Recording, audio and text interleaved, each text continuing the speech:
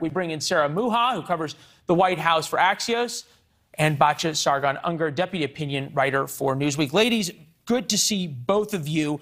Sarah, start with you since you cover the White House. Was the White House at all concerned that Barack Obama's star power is going to overshadow President Biden on this one?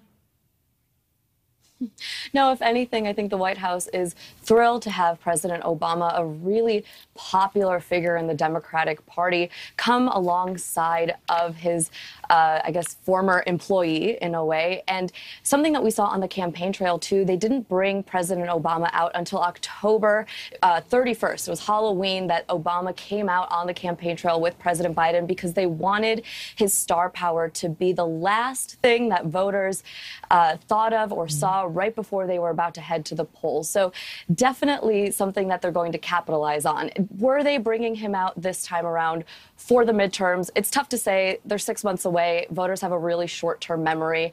But is it likely that he's going to be out on the campaign trail? I would say yes.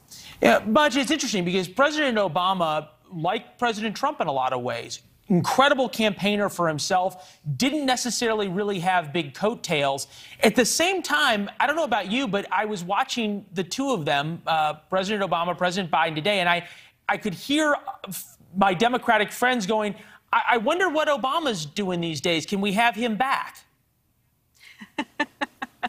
Yeah, you really feel sorry for Biden in that footage, right? Standing there looking kind of lost and like nobody's excited to talk to him.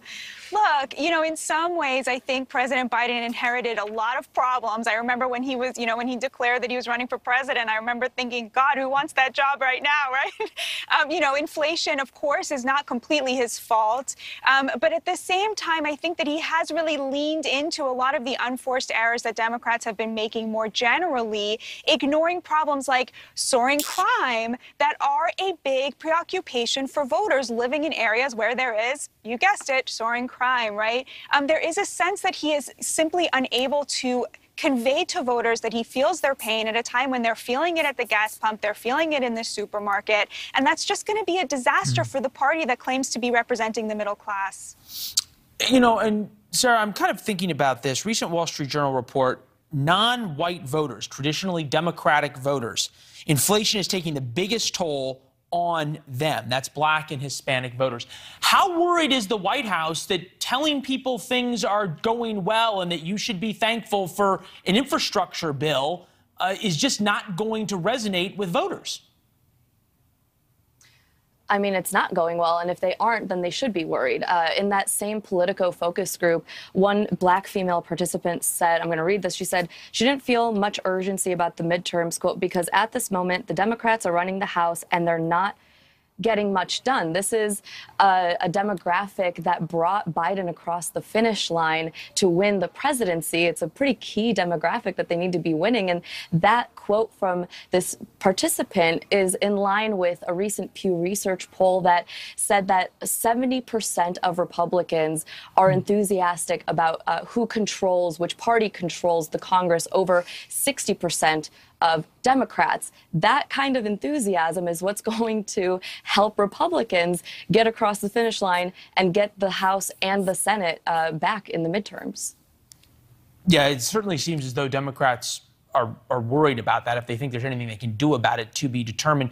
Batya, we started this with saying that this is the last political trick in the book. You bring out the guy who came before you, who's super popular, who has star power. No one, say whatever you want about President Biden, nobody thinks he has star power. Is there another political trick left? If this doesn't work, what do you do as the White House? I mean, it's such a great question. They've really painted themselves into a corner such that even when President Biden is actually reflecting where voters across the political spectrum are at on a question like Ukraine, for example, doing exactly what the people in that focus group said they wanted to see, which is we sympathize with Ukraine, but we don't want to be spending too much of our, attention focused there. We want to be focused more domestically. Voters still can't seem to understand that that is what the president is doing. And so I feel that, we are sort of headed towards a Republican, a big red wave. And, one hopes that that is a big wake-up call for the Democrats. How did they squander the ability to connect to middle-class and working-class voters? And, where do they get that credibility back? It's a big question. Yeah, the detachment from reality problem. Ladies, it was good to see both of you. Thank you. We appreciate it. Thanks, Leland. All right. Thanks for watching. Click the red subscribe button below so you can get more of NewsNation's fact-driven, unbiased coverage.